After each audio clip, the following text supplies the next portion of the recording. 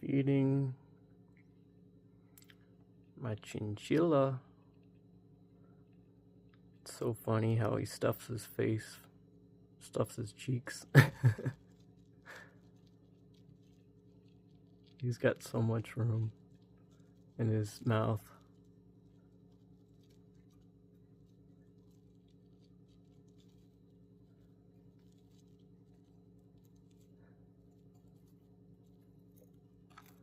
And then he goes in and stashes it.